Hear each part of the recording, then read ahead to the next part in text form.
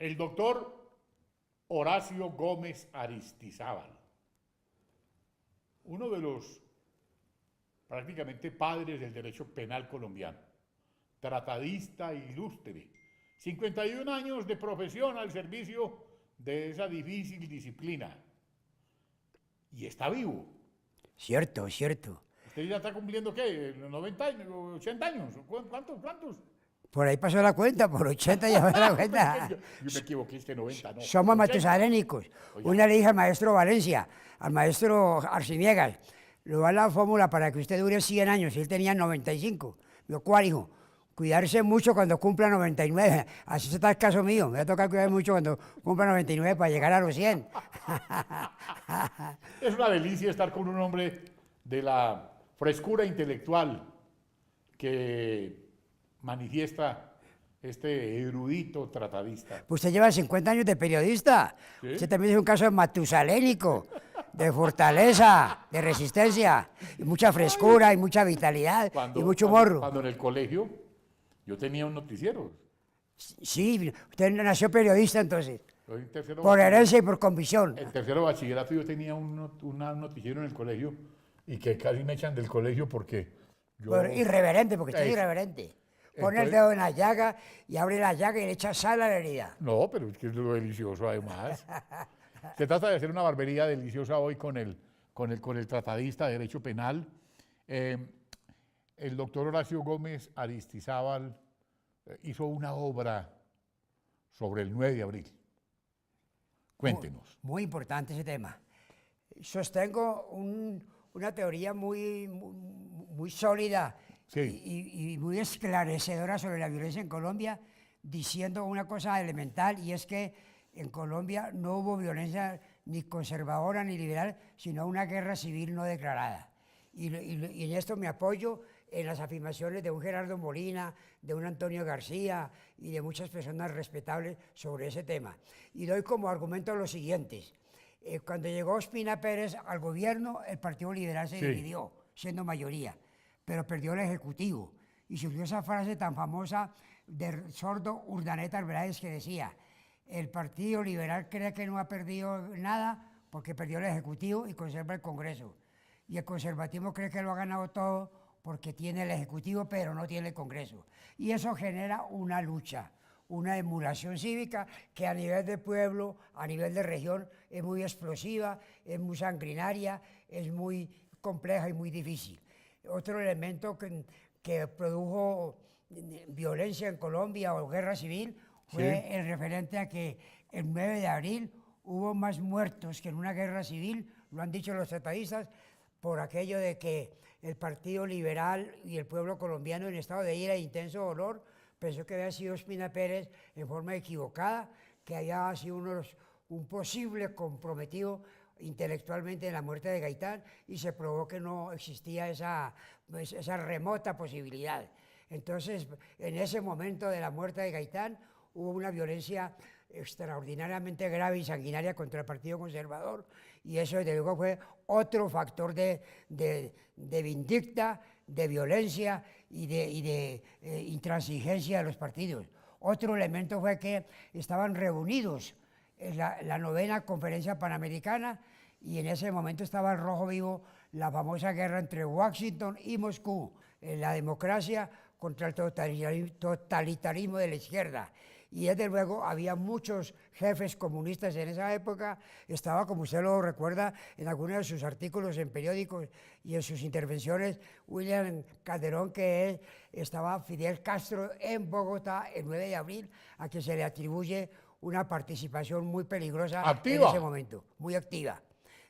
De otro lado, los cercanos a Gaitán se volvieron guerrilleros. De otro lado, la policía, que era liberal en ese momento, se rebeló contra Ospina y disparó contra el Palacio de la Carrera. Entonces, todos estos ingredientes llenaron de resentimiento y de dolor al Partido Conservador, y eso produjo lo que se ha explicado como una guerra civil, no como una violencia de un partido contra otro. De suerte pues que ese 9 de abril produjo dos hombres importantes: uno que muere, que es una víctima, que fue Gaitán, y un héroe, que fue Ospina Pérez.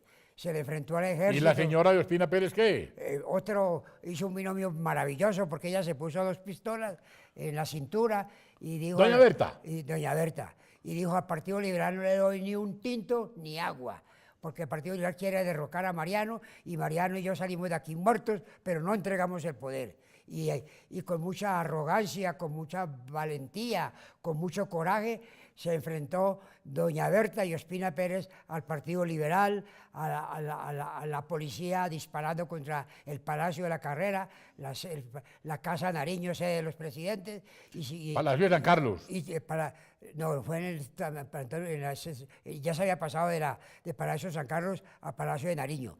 Pero realmente fue un héroe, de una actitud muy heroica de Ospina Pérez, ¿Sí? con esa frase maravillosa de que es mejor un presidente muerto a un presidente escondiéndose o huyéndose.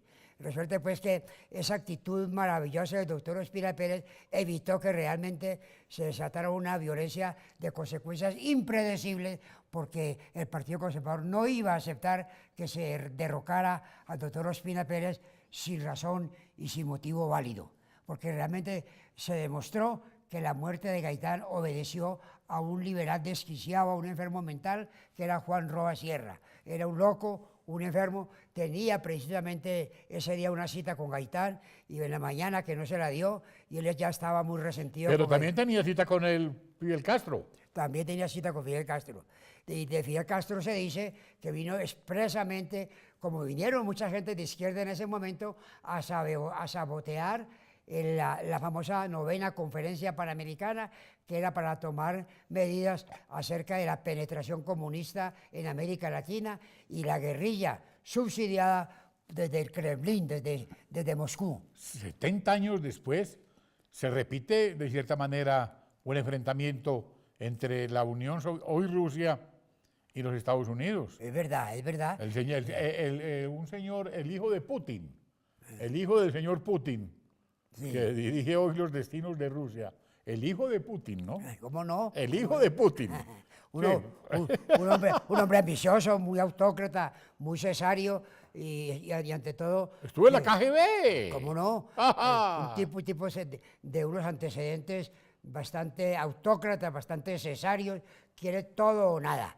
Y a su turno, el imperio occidental, que es muy poderoso, donde está Alemania, está el liderazgo de Estados Unidos, de la Gran Bretaña, está Italia, está Francia, está Estados Unidos. ¿No será que le van a sabotear el Mundial de Fútbol ahora con tanta vaina? No creo, porque dicen que el deporte, el arte, lo que es cultura, purifica los pueblos. Pero Hitler también vio cómo lo derrotaron allá los deportistas, ¿se acuerda? Sí, ¿cómo no? Eso le tocó a usted cuando era niño. Sí, o ni tan niño, ¿no? Sí. Ni tan niño, ¿no? Oiga, usted llegó a Bogotá, se vino para acá. Sí, de 14 años de edad. De 14, ¿y por qué se vino? ¿Cómo fue el cuento? ¿Y famosa, se fue a vivir a dónde? ¿Cómo era? Hay una placa por allá que vi una placa suya. Sí, yo creo que donde yo nací vi la frase que dice, aquí se forran botones.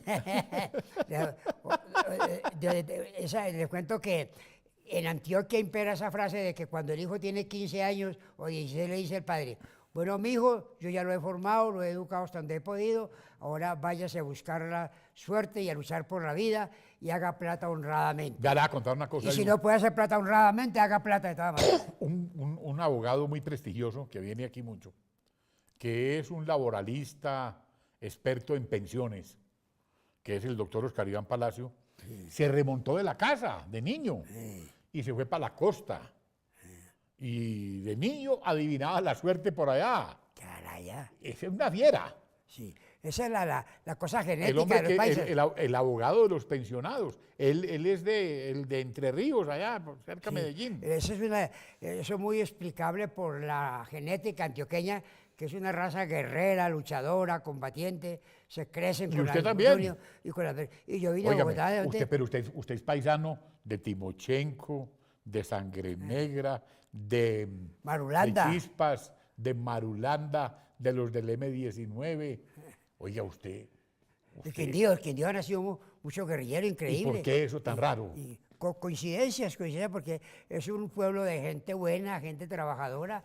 El Quindío es el que más ha contribuido o el eje cafetero que más ha contribuido a la prosperidad de Colombia con este argumento elemental, de que Colombia cuando recibía $1 por petróleo ya había recibido $5 por el café.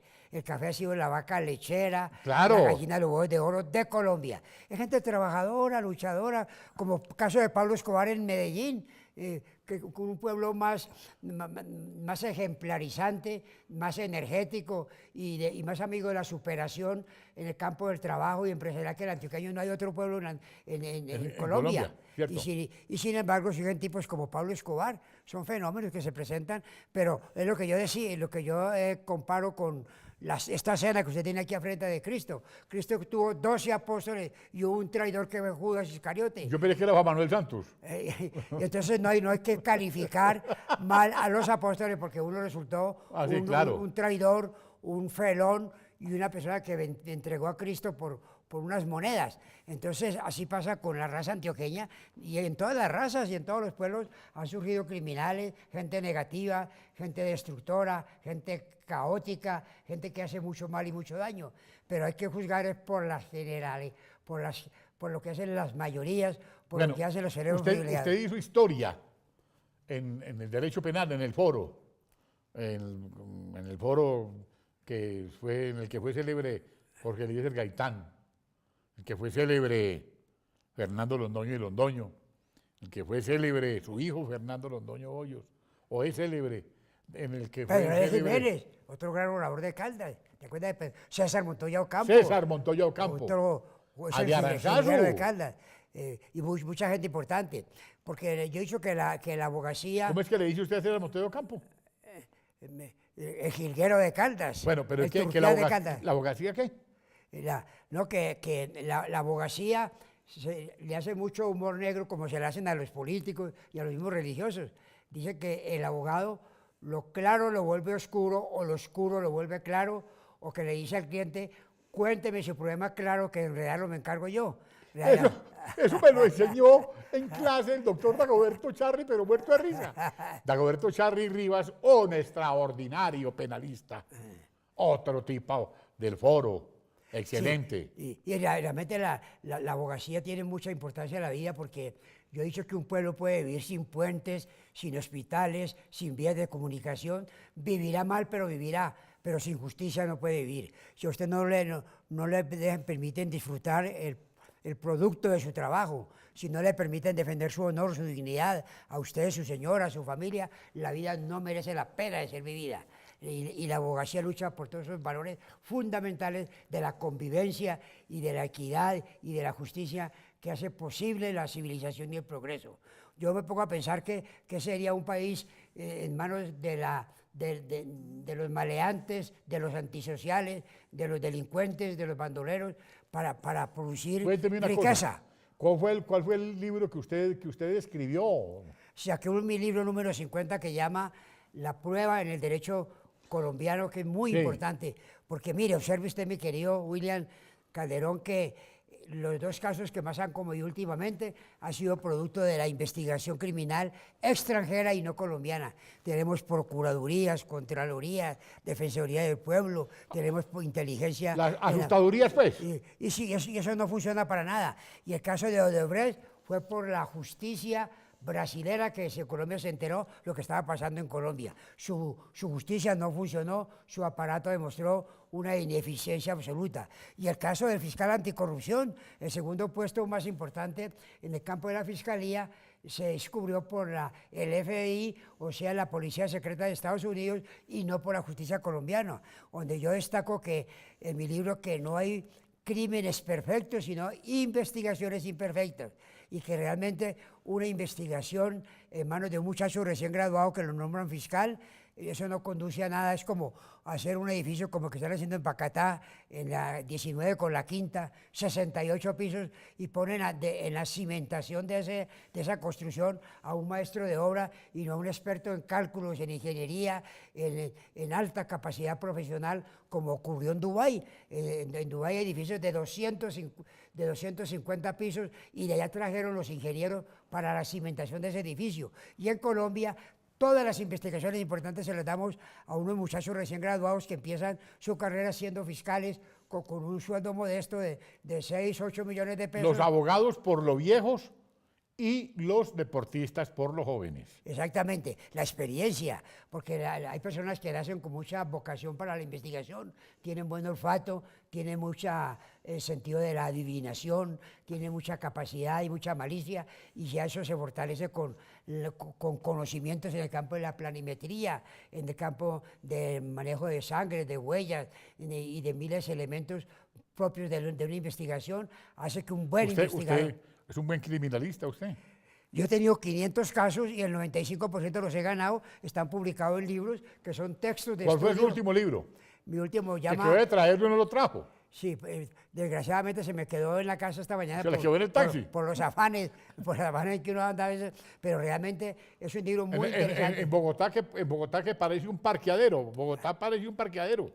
Usted se monta en un carro y se queda metido ahí esperando. Ahí se mete. Sí. Bogotá es un parqueadero, por eso le demoró tanto. Y entonces en el libro se explica, por ejemplo, la ciencia de interrogar. Hablo de los errores que ha cometido las Cortes, no solamente de Colombia, sino de América Latina, por fallas en la investigación criminal. Explico cómo el que comete un delito en Colombia tiene 95 probabilidades de que no le va a pasar nada. Y de cada 100 delitos que se producen en el país, solamente la mitad llegan al conocimiento. Programas de los candidatos. Vamos a resumir ya porque usted es una catarata para hablar. Bueno, Isabel casi que usted me decía alguna vez que Horacio Gómez se le da un aguardiente para que hable y hay que darle un botellazo para que se silencie. Es que cuando le hicimos el homenaje a su señoría en el Club del Nogal. Eso fue amabilidad suya, de Julio César Ortiz, porque usted es una persona muy cordial y muy cariñosa, y lo abruma uno con esa cantidad de homenajes que desde luego dije ese porque día. es un homenaje a los abogados que usted dignamente representa. Y yo le dije a usted ese día, esto es muy serio para reírme y estoy muy viejo para llorar. Pero realmente un homenaje inmerecido y se lo agradezco. No, sí, porque es que las cosas gratas que le pasan a uno. Esta mañana, ahora me comentaba usted sobre lo de Semana. Sí, Semana. Me leí una columna de una persona muy respetada en Colombia y uno de los maestros del gran periodismo que es Samper Pisano, Daniel, hermano del presidente Santos. Se ocupa de la barbería, que porque es una tribuna, un espacio donde se... Samper Ospina.